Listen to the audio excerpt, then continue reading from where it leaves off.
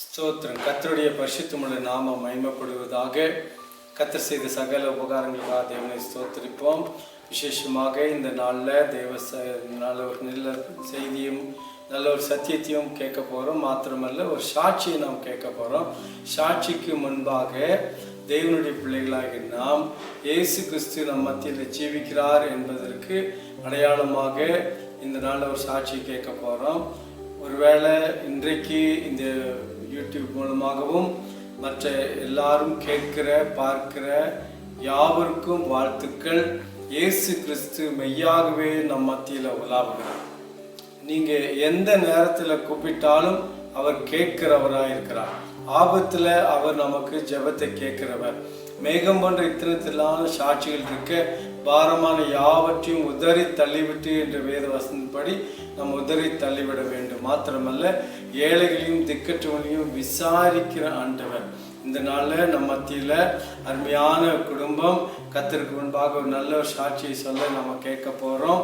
மாத்திரமல்ல, இயேசு கிறிஸ்து ஆபத்தில் இக்கட்டில் உதவி செய்கிறவர் என்பதில் இந்த சாட்சி நமக்கு இருக்கிறது.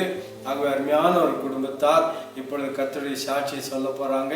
அந்த சாட்சி நிமித்தமாக தேவனை நாம் மகிமைப்படுத்த போகிறோம். கர்த்தருடைய பெரிதான கிருபை இந்த நாள் நமக்குள்ளே நிறைவாக இருக்க போகுது. அதற்காக நாம் தேவனை ஸ்தோத்திரிப்போம். நன்றி. கர்த்தருக்கு ஸ்தோத்திரம். நாங்கள் போன வாரம் பீளமேட்டுக்கு போயிட்டு வந்தோம். போயிட்டோம். வண்டியில் வரும்போது ஆட்டோலாம் நின்றுச்சு. நாங்களும் ஒன்றா தேடி பார்த்தோம், ஒன்றும் கிடைக்கல. சரின்னு நம்ம ஆண்டவருக்கு நன்றின்னுட்டு சரி நடந்தே போகணுன்ட்டு நடந்து வந்துக்கிட்டு இருந்தோம். வர்ற பாதையில் வரும்போது நடுவழியிலே என் செருப்பு பிஞ்சிருச்சு. ஏசப்பா டாடி என் செருப்பு அழுத்துருச்சே, நான் எப்படிப்பா நான் நடந்து போவேன்? எனக்கு இந்த சல்லிக்கல்லுலேயும் சேருலேயும் மழை வேறு பொட்டுதே, நான் எப்படிப்பா போவேன்னு நான் ஆண்டவர்கிட்ட சொல்லிவிட்டு அது சரிப்பா போகணுன்னு ஆளுக்கு ஒரு கொடையை பிடிச்சிக்கிட்டு நடந்தே வந்துக்கிட்டு இருந்தோம். வரும்போது இடையில ஒரு வண்டி, இந்த கடைக்கு ஜாமான் போடுற வண்டி வந்துக்கிட்டு இருந்துச்சு. நாங்கள் அதை போய் என்னத்தை நம்ம போய் தேக்கிறது, அது போயிட்டு போகுது, நம்ம சின்ன ஒரு ஆட்டா வந்தாலும் தேக்கலான்ட்டு நாங்கள் வாட்டுக்கு வந்தோம். அது 2 இடத்துல நின்னே வந்துச்சு. என்னமோ நிற்கிது, அது வீட்டுக்கு ஜாமான் அது இறக்குறாங்களே என்னமோ அப்படின்ட்டு நாங்கள் வந்துக்கிட்டு இருந்தோம். அது அங்கே ஆண்டவர் பேசிக்கிறாரு. அவர்கிட்டயே அந்த டிரைவர்கிட்ட போய் என் பிள்ளைங்க பின்னாடி வந்துக்கிட்டு இருக்குதுப்பா, நடந்து அவர்களை நிறுத்தி ஏற்றுமோத வண்டியில். அவங்க நடக்க முடியாமல் வராங்க, நிறுத்துன்னு சொல்லவும் அந்த ஆளு உங்ககிட்ட இப்படி பார்க்குறாரு, எட்டி பார்த்துருக்குறாரு. அவரே சொல்கிறாரு, எனக்கு என்ன தெரியும், நான் என்னமோ வந்து காதுகிட்டே பேசுகிறாங்கம்மா, என்னாலே தெரில அப்படின்னு அவர் என்கிட்ட சொன்னார்.